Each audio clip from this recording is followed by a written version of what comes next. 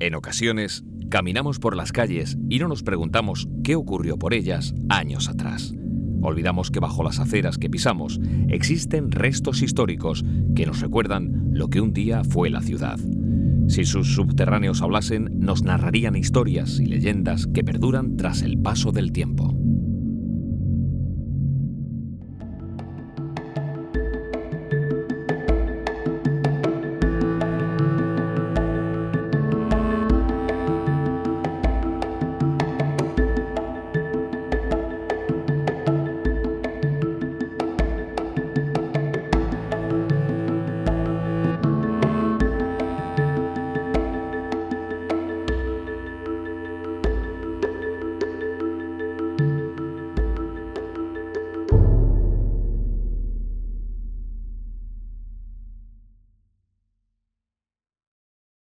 Sevilla es una ciudad con varias salidas a un río, el Guadalquivir, que desde la llegada de los tartesos da vida a esta ciudad.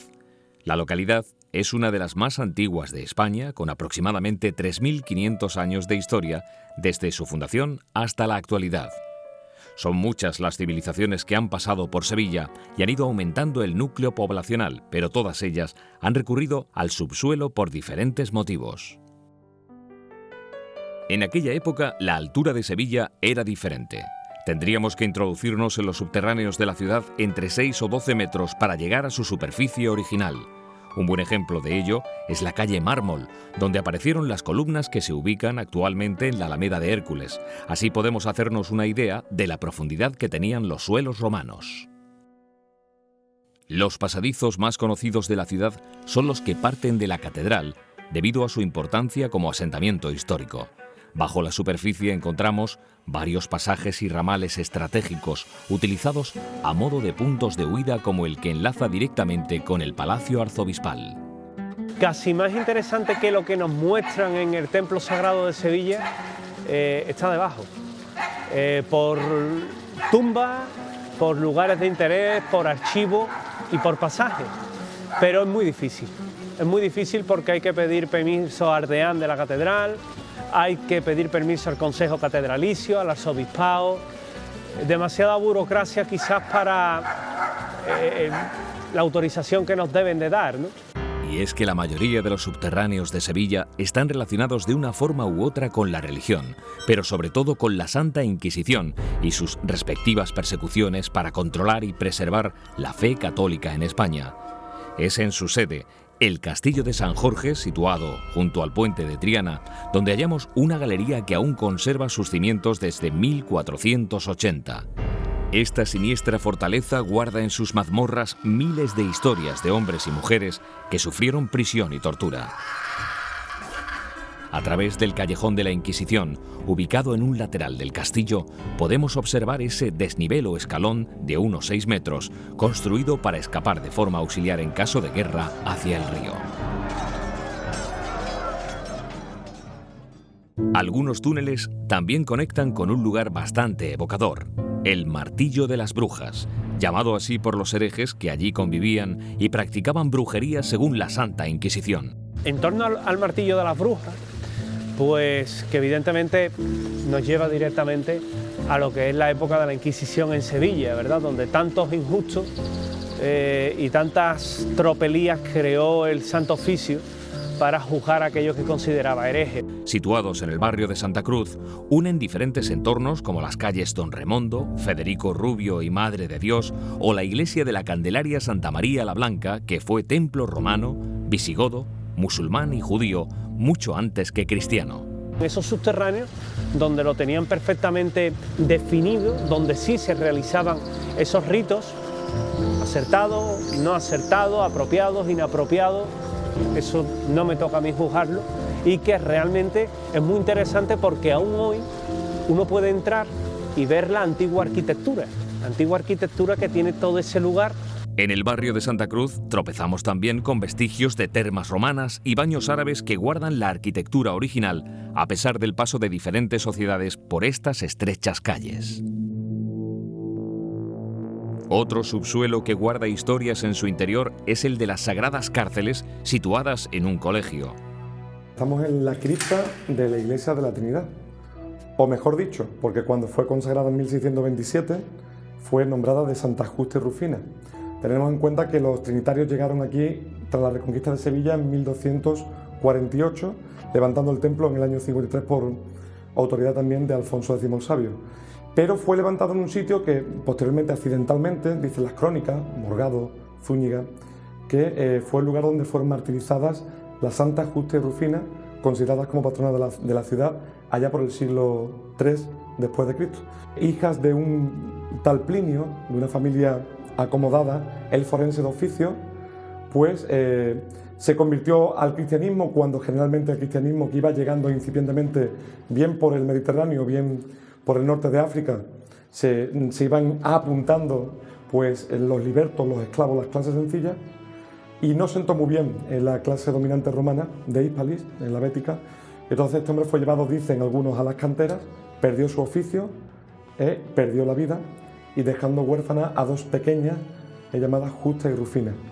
Con el paso del tiempo, una familia adopta a estas chicas, les enseña el oficio de alfarería, montan su tallercito en Triana, y es aquí que un día de un 17 de julio del 287 pues reciben la visita de una procesión, no podía ser de otra manera en Sevilla, pagana en este caso, en honor a la diosa Salambó o Salambona, que lloraba la pérdida y la muerte de Adonis. Exigen que donen una serie de cuencos también de cerámica para el jardín de las florecillas de Adonis. Estas chicas se niegan a rendir culto a una diosa de barro y pues en la pelea con las andas derriban gran parte de la caserería de la que vivían ellas, y en ese mismo momento, en el forcejeo de la pelea, se hace añicos en el suelo la imagen de barro de la diosa Salambona. Ante el escándalo público, son llevadas a la presencia del prefecto Diogeniano, que las trae a cárcel perpetua. Aquí concretamente dicen dónde van a ser martirizadas a Potro, a Hambre y Sed, y a los Garfios, desgarrándola también. No reniegan a su fe en el Dios de Jesús, y ante pues, el enfado del prefecto, son llevadas, tras serle arrancadas las uñas de los pies también, a Guadalcanal, donde, pues, aguantada la tortura, son traídas de vuelta en muy mal estado de salud. Justa muere esa misma noche aquí en la cárcel. Rufina queda sola, no cede ante la presión también por la soledad hermana, pero es llevada al anfiteatro. El caso es que el león al que le sueltan termina lamiendo los pies, es degollada, quemado su cuerpo, y Sabino de nuevo recoge los restos de la joven con 17 años y los lleva junto con la presencia de su hermana. Lo cierto es que con la invasión de los musulmanes, pues todo esto, incluso el pozo de donde dicen que saciaron la sed las dos muchachas, pues se convirtió también pues, en un pozo que alimentó también las huertas a posteriori. Hasta el siglo XX había gente que venía en peregrinación para llevarse agua del pozo. Ya estaba en el inconsciente de la ciudad, ya estaba metido también el culto a estas santas patronas, que en 1504, a mediados del siglo XVI, y sobre todo con el terremoto de Lisboa, pues en la mente del sevillano están como patronas protectoras de la ciudad, pero hoy día la devoción yo creo que sería muy interesante recuperar, porque son dos chicas valientes plantando cara por su fe y por la libertad también.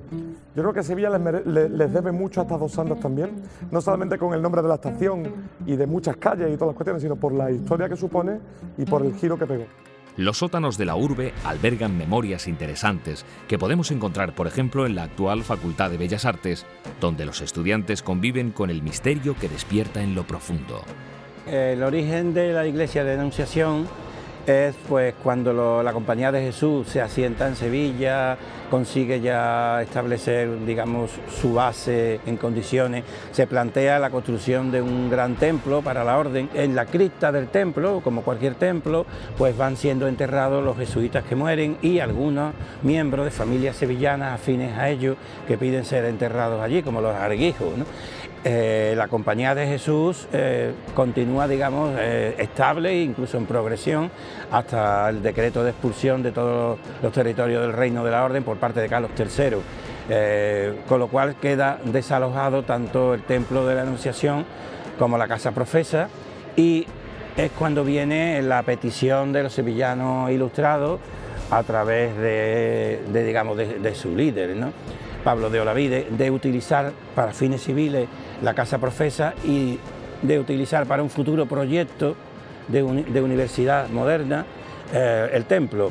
El origen del Panteón de Sevillanos Ilustres viene de una solución que se encuentra en 1970, gracias al presupuesto que Florentino Pérez Enví, el director general de Bellas Artes, consigue, y que supera tanto el problema original de la cripta de los jesuitas, que era un lugar pequeño, impracticable, con humedad, problemas irresolubles, y el que deriva de trasladar por parte de la universidad los restos rescatados de templos, de conventos, tanto saqueados por los franceses como desamortizados, la ley de Mendizábal famosa, y que se van trasladando sobre el piso de la iglesia de la Anunciación y en los muros.